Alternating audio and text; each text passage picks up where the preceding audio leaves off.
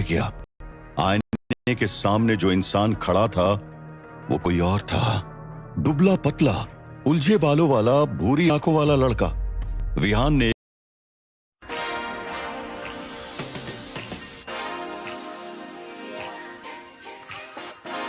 फिर दूसरा, ये देखने के लिए कि ये आईना है या कोई भ्रम। लेकिन वो कोई भ्रम नहीं था। आईना असली था, बस चेहरा उसका नहीं था। 2025 का विहान शुक्ला खुद को 1925 में किसी और की बॉडी में देखकर हैरान था। लेकिन सबसे हैरान करने वाली बात यह थी कि विहान शुक्ला जानता था कि वो किसकी बॉडी में आया है। विहान के दिमाग के किसी कोने में एक नाम गूंजा, विहान दीक्षित। नाम एक, लेकिन सरनेम और चेहरा अलग। यह किस्मत का कैसा खेल था कि विहान शुक्ला विहान दीक्षित की बॉडी में आ चुका था। मैं विहान दीक्षित की बॉडी में हूं। हाल ही में मैं बीएचयू से ग्रेजुएट हुआ हूं। मैंने हिस्ट्री पढ़ी और एक टीचर बनने का सपना देख रहा हूं। विहान को नहीं पता था कि ये बातें उसे कैसे पता चल रही थी, लेकिन बस पता चलती जा रही थी। उसे याद आया कि विहान दीक्षित की एक छोटी बहन भी थी जो इस वक्त बगल के कमरे में सो रही थी। उसका एक बड़ा भाई भी था जो बहुत ही कम पैसों में राजघाट में काम करता था। ये सोचते हुए विहान के सिर में दर्द की एक और तेज लहर उठी। वो चेयर पर आकर बैठ गया। तभी उसकी नजर एक डायरी पर गई। वो डायरी खुली हुई थी और जो पन्ना सामने था उसमें सिर्फ एक लाइन लिखी थी। विहान नीचे झुककर पढ़ने लगा, सब मर जाएंगे, मैं भी। उस लाइन को पढ़ते हुए विहान की हार्ट बीट कुछ ज्यादा ही तेज हो गई थी। वो घबरा रहा था। घबराहट में उठने के लिए उसने टेबल का सहारा लिया, लेकिन उसका हाथ किसी चीज से टकरा गया। विहान ने देखा वहां एक पुराना रिवॉल्वर रखा हुआ था। रिवॉल्वर? मेरे पास तो कभी कोई रिवॉल्वर था ही नहीं। उस रिवॉल्वर को छूते ही विहान के हाथ कांपने लगे। उसने तुरंत अपने सिर के पीछे अपनी कनपट्टी को टच किया और फिर अपना हाथ देखा। उसके हाथों पर खून था। हैरान परेशान विहान ने फिर से खुद को आईने में देखा। अब वो सब कुछ साफ देख पा रहा था। उसके सिर में एक बहुत बड़ा छेद था। ऐसा लग रहा था जैसे उसकी खोपड़ी फट गई हो। दिमाग के टुकड़े बाहर झांक रहे थे और उस छेद के आर पार सब दिख रहा था। ओह गॉड, मैं इस हालत में जिंदा कैसे हूं? तभी किसी के दरवाजा खटखटाने की आवाज आई। अचानक आई इस आवाज से विहान घबरा गया। दरवाजे के दूसरे तरफ से विहान दीक्षित की बहन मेघा की आवाज आई, भैया दरवाजा खोलो। विहान घबरा गया। शिट, मेघा, अगर उसने मेरे घाव को देख लिया तो मैं क्या बताऊंगा उसे? तभी दरवाजा खुलने की आवाज आई। विहान बुदबुदाया, मेरी किस्मत इससे ज्यादा खराब नहीं हो सकती है। विहान ने देखा कि रिवॉल्वर अब भी टेबल पर ही रखा हुआ था। उसने जल्दी से एक दराज खोला, रिवॉल्वर उठाया और उसे उसमें ऐसे फेंक दिया जैसे कोई हाथ में रखा जलता हुआ कोयला फेंकता है। अब विहान अपने सिर के जख्म को ढकने के लिए इधर उधर कुछ ढूंढने लगा। तब तक मेघा अंदर आ गई। अंदर आते ही उसने शिकायत भरे लहजे में कहा, क्या भैया, कितनी देर लगाते हो आप? लेकिन जैसे ही मेघा ने विहान को देखा वो एकदम से चुप हो गई। वो बस हैरानी से विहान को देखे जा रही थी। विहान ने मेघा के अंदर आने से पहले ही एक गमछे को साफा बनाकर सिर पर बांध लिया था जिससे उसका घाव छुप जाए। लेकिन वो डर रहा था कि शायद मेघा ने घाव देख लिया है। मेघा के हाव भाव से कुछ ऐसा ही लग रहा था। विहान ने आंखें बंद करते हुए खुद को मन ही मन कोसा, शिट, पक्का मेघा ने देख लिया है। मेघा विहान के नजदीक आई। विहान को लगा कि उसकी पोल खुल गई। मेघा ने अपना हाथ विहान के साफे की तरफ बढ़ाया और उसे छूते हुए कहा, भैया आप तो गमछे का भी साफा बना लेते हो, कमाल है। लेकिन कोई शर्ट भी पहननी है या बस यही साफा पहनकर बाहर निकलोगे? विहान की सांस में सांस आई कि मेघा ने उसका घाव नहीं देखा, लेकिन अब वो थोड़ा एम्बैरेस फील कर रहा था क्योंकि इस उथल पुथल में उसे ध्यान ही नहीं आया कि उसने ऊपर कुछ नहीं पहन रखा है। विहान ने झेपते हुए कहा, वो मैं बस शर्ट पहनने ही वाला था।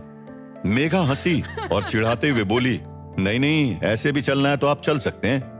विहान ने बड़े भाई वाला प्यार दिखाते हुए डांट भरी आवाज में कहा, चुप रहो। विहान को मेघा के लिए एक अजीब सा अपनापन महसूस हुआ। जबकि उसने मेघा से पहले कभी मुलाकात भी नहीं की थी। लेकिन वो बड़े भाई वाला प्यार जैसे खुद ब खुद उसके अंदर से जाग रहा था। कैसे, उसे खुद भी नहीं पता। मेघा 17 साल की थी और वो एक इंजीनियर बनना चाहती थी। उसे चीजें बनाना, सुधारना, जोड़ तोड़ करना पसंद था। विहान ने अपनी भावनाओं को समेटते हुए सोचा, धत तेरी की, मेरी तो कोई बहन भी नहीं है, मैं तो इस लड़की को जानता तक नहीं, और फिर भी सेंटी हो रहा हूं। विहान ने साफा पहने हुए शर्ट पहनने की कोशिश की, लेकिन उसकी शर्ट गमछे के पीछे ही अटक गई। विहान अब भी दोनों हाथों से पूरी कोशिश कर रहा था कि बिना साफा उतारे शर्ट पहन सके। मेघा की हंसी छूट पड़ी। हे देवी माँ, कोई इतना स्मार्ट होकर भी इतना बेवकूफ कैसे हो सकता है? इस बात से विहान को शायद चिढ़ होनी चाहिए थी, लेकिन नहीं हो रही थी। आखिरकार विहान ने वो शर्ट पहन ली। उसने मेघा की ओर देखा और कहा, कमरे में आने से पहले खटखटाया क्यों नहीं मुन्नी? मुन्नी यूं ही विहान के मुंह से निकल गया। अभी तक हंसते हुए मेघा का चेहरा लाल हो चुका था। उसने अपनी हंसी रोकते हुए कहा, मुन्नी मत कहो, कितनी बार का है, इस नाम से चिढ़ होती है मुझे, और मैं तो बस याद दिलाने आई थी कि आप आज रात का राशन लाना मत भूलना।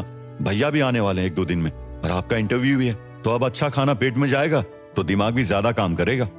ये कहते हुए मेघा फिर से हंस पड़ी। विहान का 1-2 दिन में असिस्टेंट प्रोफेसर की जॉब का इंटरव्यू था। अपनी हंसी रोकते हुए मेघा ने वापस पूछा, अभी गोदोलिया चौक तक चलना है, याद है ना? विहान को याद आ गया, ये उनका सुबह का रूटीन था। मेघा का कॉलेज घर से काफी दूर था। दोनों सुबह सुबह उठते थे और विहान हर दिन उसे गोदोलिया चौक तक छोड़ता था। विहान का मन किया कि वो मना कर दे, नहीं मुझे घूमने का मन नहीं है, फालतू में यहां आ गया, मुझे अपनी असली दुनिया में वापस जाना है। लेकिन वो नहीं चाहता था कि मेघा को बुरा लगे। विहान ने तुरंत कहा, हाँ याद है, तुम जाकर अपना बैग तैयार करो, मैं आता हूं। मेघा कमरे से निकल गई। विहान उस घर के छोटे से बाथरूम में गया जहां साबुन शैम्पू की जगह मिट्टी का ढेला था। विहान ने जल्दी से अपना घाव और चेहरा साफ किया और वापस कमरे में आ गया। आईने के पास आकर विहान को ना तो कंघा मिला और ना ही कोई क्रीम। उसे अचानक याद आया कि विहान दीक्षित कोई क्रीम नहीं लगाता है और बालों को भी बस हाथ फेर कर ही ठीक कर लेता था। विहान झुंझलाते हुए बड़बड़ाया, ये मैं कहां आकर फंस गया हूं? ना कोई क्रीम है, ना कोई कंघा और ना कोई साबुन शैम्पू। विहान अपने चमड़े की चप्पल निकालने के लिए जैसे ही झुका, उसने देखा कि रिवॉल्वर की एक गोली अलमारी के पास जमीन पर पड़ी हुई थी। उसने वो गोली उठाकर ध्यान से देखा। ओह शिट, इसे देखकर लगता तो यही है कि मैंने खुद को गोली मारी थी। विहान दीक्षित के आखिरी कुछ दिनों की यादें ही गायब थी। वो बता सकता था कि 1 हफ्ता पहले उसने लंच में क्या खाया था, लेकिन ये नहीं बता सकता था कि कल रात उसके सिर में गोली कैसे लगी। तभी मेघा की तेज आवाज आई, भैया मुझे देर हो रही है, जल्दी आओ। मेघा की अचानक आई आवाज से घबराकर गोली विहान के हाथ से छूटकर बेड के नीचे लुढ़क गई। विहान ने उसे निकालने में टाइम वेस्ट नहीं किया और मेघा को आवाज दी, हाँ बस आ गया। विहान ने खुद को शीशे में देखा, बालों को हाथ से सेट किया, लेकिन तभी उसे अपने घाव का ख्याल आया। अब इस घाव का क्या करूं? किसी डॉक्टर को भी नहीं दिखा सकता। उसे घाव सूखा हुआ लगा और आसपास की स्किन में थोड़ी खुजली महसूस हुई। उसने हैरानी से बुदबुदाते हुए कहा, हैं? ये घाव इतनी जल्दी भर भी गया? लेकिन विहान का सिर दर्द अब भी तेज था। उसने फिर से साफा बांध लिया और बड़बड़ाया, या तो मैं पूरी तरह पागल हो गया हूं या कुछ चमत्कार हो रहा है। जो भी हो, बस दर्द खत्म हो जाए। उसने अपनी शर्ट और पैंट की जेब टटोली। जेबें खाली थी। एक अजीब सा एहसास होते ही उसने बेड के नीचे हाथ डाला। वहां थोड़े से सिक्के और एक बंद पॉकेट वॉच थी। उसने सारे सिक्के निकालकर जेब में डाल लिए और हाथ में पॉकेट वॉच लेकर बाहर की तरफ भागा, लेकिन कुछ सोचते हुए रुक गया। अगर सच में किसी ने विहान को मारने की कोशिश की थी, तो वो विहान को जिंदा देखकर फिर से उसे मारने की कोशिश करेगा। तो क्या मैं अब भी खतरे में हूं? विहान ने दराज खोला, रिवॉल्वर निकालकर जेब में रखा और बाहर निकल गया। मेघा बेचैनी से पांव पटकती हुई दरवाजे पर खड़ी थी। जब विहान उसके पास पहुंचा तो मेघा ने उसकी तरफ गुस्से से देखा और उसकी नजर बंद पॉकेट वॉच पर गई। पता था मुझे, इसलिए देर हुई ना? विहान को समझ नहीं आया उसने ऐसा क्या किया जिससे मेघा नाराज हो गई। उसने चुपचाप देखा कि मेघा ने वो बंद पॉकेट वॉच उठाई और उसके पीछे पीछे बाहर निकल गई। मैंने ये घड़ी कितनी बार ठीक की आपके लिए? विहान ने मेघा की आवाज से अंदाजा लगा लिया था। उसने तुरंत कहा, बहुत बार। वो घड़ी वापस विहान के हाथ पर रखते हुए मेघा ने कहा, कम से कम 100 बार। मेघा ने वो पॉकेट वॉच तुरंत ठीक कर दी। विहान ने चलती घड़ी को देखा और मुस्कुराते हुए सोचने लगा, ये लड़की हमेशा मुझसे नाराज भी रहती है, मेरा मजाक भी उड़ाती है और मेरी मदद भी करती है। क्या बहन का प्यार ऐसा ही होता है? विहान उसके पीछे पीछे सड़क पर निकल आया और बाहर आकर चौंक गया। सोनारपुर के उस इलाके में मकानों की हालत जर्जर थी। पेंट उखड़ा हुआ था, खिड़कियां टूटी हुई थी। पीछे से आती मंदिर की घंटियों की आवाज के बीच घोड़ा गाड़ियां गंदगी उड़ाती निकल रही थी। वहां हर तरफ लोग कुछ न कुछ बेच रहे थे। सड़क बहुत संकरी थी और भीड़ बहुत ज्यादा। इस भीड़ ने विहान को बेचैन कर दिया। सोनारपुर ऐसा था? सोनारपुर तो मैं रिद्धि के साथ अक्सर आता था, यहाँ के वर्ल्ड फेमस स्ट्रीट फूड को खाने। रिद्धि की याद आते ही विहान ने उसकी फोटो देखने के लिए अपनी जेब में हाथ डाला और बड़बड़ाया, ओह शिट, फोन तो है ही नहीं। मेघा ने उसकी बड़बड़ाहट सुन ली। उसने हैरानी से पूछा, फोन? उसके लिए तो पोस्ट ऑफिस जाना पड़ेगा, लेकिन आपको किसे फोन करना है? मेघा की बात सुनते ही विहान को अचानक ध्यान आया कि वो ऐसे जमाने में है जहां मोबाइल नाम तक से लोग अनजान हैं। शुक्र है उसने मोबाइल फोन नहीं कहा था। उसने बात को टालते हुए कहा, मैं कुछ और सोच रहा था। मेघा ने गुस्सा करते हुए कहा, पता है आप हमेशा प्राचीन चीजों के सपने देख रहे होते हैं या कोई संस्कृत की कविता पढ़ते रहते हो। विहान मुस्कुराया। मेघा थोड़ी गंभीर हो गई। आप इंटरव्यू को लेकर भी टेंशन में हो ना? आपको भी पता है कि ये इंटरव्यू हमारी फैमिली के लिए क्या मायने रखता है। प्लीज इसे कैसे भी निकाल लेना। तभी सिर पर जटाए, चेहरे पर भस्म का लेप और गले में खोपड़ी की माला पहने कुछ अघोरी वहां से गुजर रहे थे।